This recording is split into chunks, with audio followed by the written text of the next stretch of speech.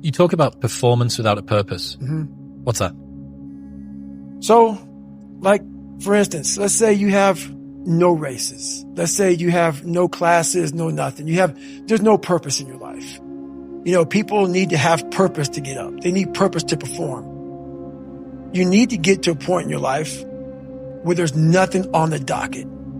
There's no 5K. There's no, I'm going to get into school to be this or that, and still perform to the highest level. Because what people don't get is one day that thing's going to come up. And if you're not constantly performing without purpose, you're not going to be ready when the time comes. It's this magical thing, purpose, that we're all looking for. But what's funny about it all is that we need these things to perform. But we don't take a second to realize the purpose is always there. The purpose never leaves us because the very purpose is you. You are always the purpose. There may be another purpose, like being a SEAL or going to college or whatever, but the main purpose in life is you.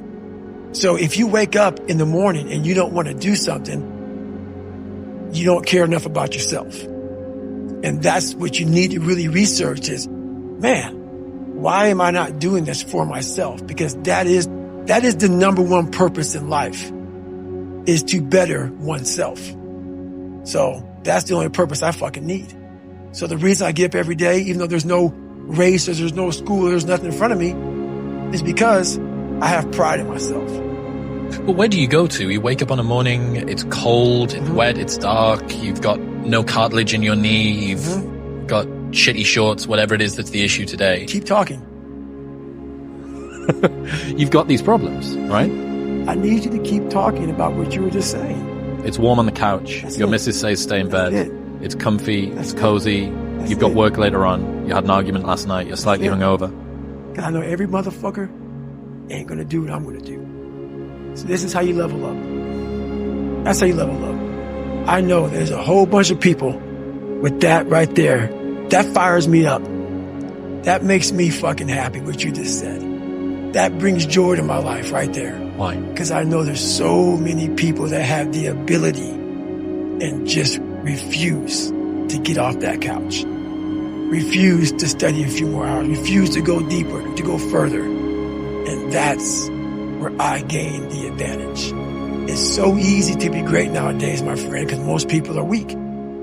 Most people don't want to go to that extra mile. Most people don't want to find that extra because it sucks. It's miserable. It's lonely. You talk about that you were kind of, lonely by yourself. I was the same way. And that used to hurt me growing up. Now I fucking thrive in that shit. That's the only place to be. Well, that was one of the things that is so surprising about growing up through difficulty, So loneliness is one example, right? Mm-hmm. Growing up as a lonely kid. What you realize is a lot of the things that you feared or hated or were embarrassed about as a child end up being the genesis of the things that you're most proud about as an adult. Mm-hmm. So the fact that you can work and thrive in solitude gives you the opportunity to be able to move to America and start a podcast, or decide to do Hell Week 3 times in a row, or it doesn't matter how long or dark the course is, you're just going to stay. The fact that you were forced to be vigilant and to assess people, to work out what's going on when you became an adult, allows you to detect the vibe and the energy of whoever it is that you're speaking with, and know that this person's someone that I want to hang with and this person's somebody that I don't. Right. All of the things. In fact, I would go as far as to say there's not one thing in my life that I see as a pure advantage that doesn't have a dark side to it, that came about at some other point as well. Yeah, I think that comes from overcoming. A lot of people, wonder, how did you become this? How did you become so vulnerable? How are you doing a podcast now when you were this kid? You overcame things. You fought them. And now this is what happens. This is on the other side of overcoming. You become very, very powerful when you overcome yourself. All those things you once cowered from, you were afraid of, when you face them eye to eye every day, you now become a person who has a great podcast. Let's say that there's someone listening who resonates with what you're talking about. You know, they've been through trauma, they've been through hard times, but they keep breaking promises to themselves, and they're struggling to get off the couch, and they're having a pity party. How can they stop feeling sorry for themselves? That's a difficult one, because you have to want it. You have to want to be better.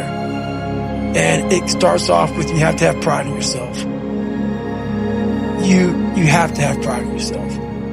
You have to have, there's something about you, whether it's your last name, whether it's just the smallest thing, you have to be proud of yourself. And if you have no pride in yourself, I can't give it to you. Because you're always going to compromise. You're always going to fold. Always. I'm very proud of myself. That's why when people said, you know way you can do better than Can't Hurt Me. Roger that. We'll fucking see.